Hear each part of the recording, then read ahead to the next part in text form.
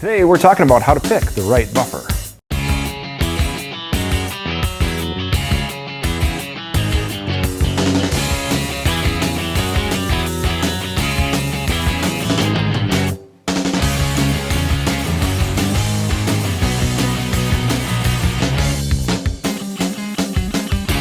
One of the most common questions I get is which buffer weight should I select for my XYZ build, rifle, whatever it might be. My name is Dave Tim from Guns and Tactics. Thank you very much for spending a few minutes with me watching this video on how to pick the proper buffer.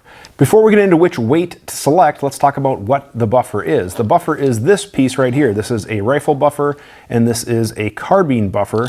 And we also have a new type of buffer on the market with specific braces or stocks like the ones that we're going to be talking about today from Maxim. They have a shortened buffer system. Buffer and spring actually reside in the receiver extension or buffer tube of your rifle, and it is what provides that return spring of the bolt carrier group. The buffer and spring work together to make sure that the rifle cycles as it should. There's actually 8 steps that the rifle does every time you press the trigger. And we're not going to get into all of that, but it is critical that we have a proper buffer, not only to make sure the rifle cycles, but it also is running as good as it should. So what buffer to pick? Buffers come in different weights. The traditional purpose of adding a heavier buffer was to control the cyclic rate of full automatic. A heavier buffer would slow the cyclic rate, less rounds per minute.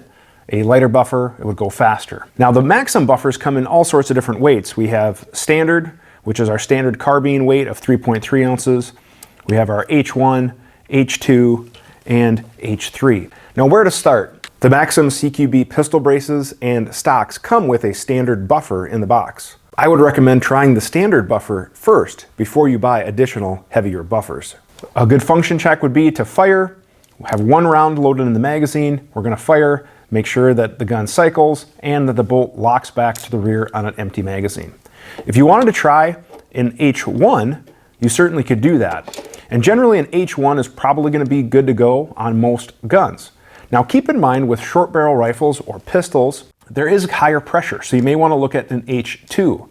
If you're going to be shooting suppressed, what the suppressor does is it adds, in essence, barrel length, allowing that gas pressure to build for a longer period of time.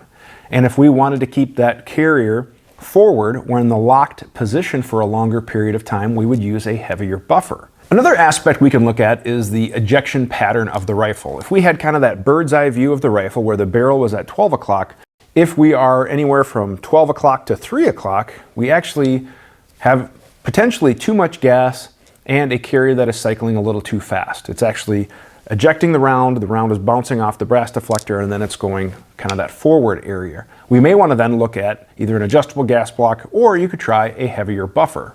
Ideally, our ejection would put those rounds at about that 3 to 4 o'clock area.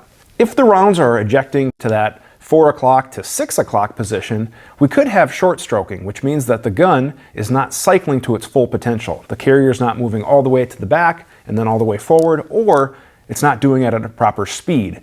So it needs enough energy to also eject that round. That could be the sign of either undergassed gun. We may have to open up a gas port, open up the adjustable gas block, or you could have too heavy of a buffer in your rifle. This may seem like a lot of information, so don't hesitate to seek the assistance of a qualified armorer or gunsmith to assist you in picking the proper buffer weight. Again, it all comes down to energy over mass.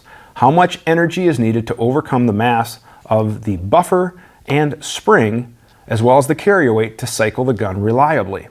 Another resource that a lot of people forget about is the manufacturer of your barrel. Your barrel manufacturer, or the manufacturer of your rifle, if you're having a complete build or a complete gun, knows what size gas port, and generally they know what the recommended buffer and spring combination will be. Now if you start to look at different calibers like 300 blackout or 6.8 or shooting suppressed, again, you may want to look at a heavier buffer, but don't just by default go right to the heaviest buffer possible.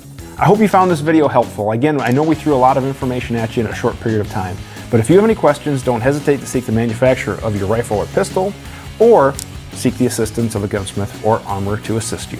Thank you very much for watching, and have a great day.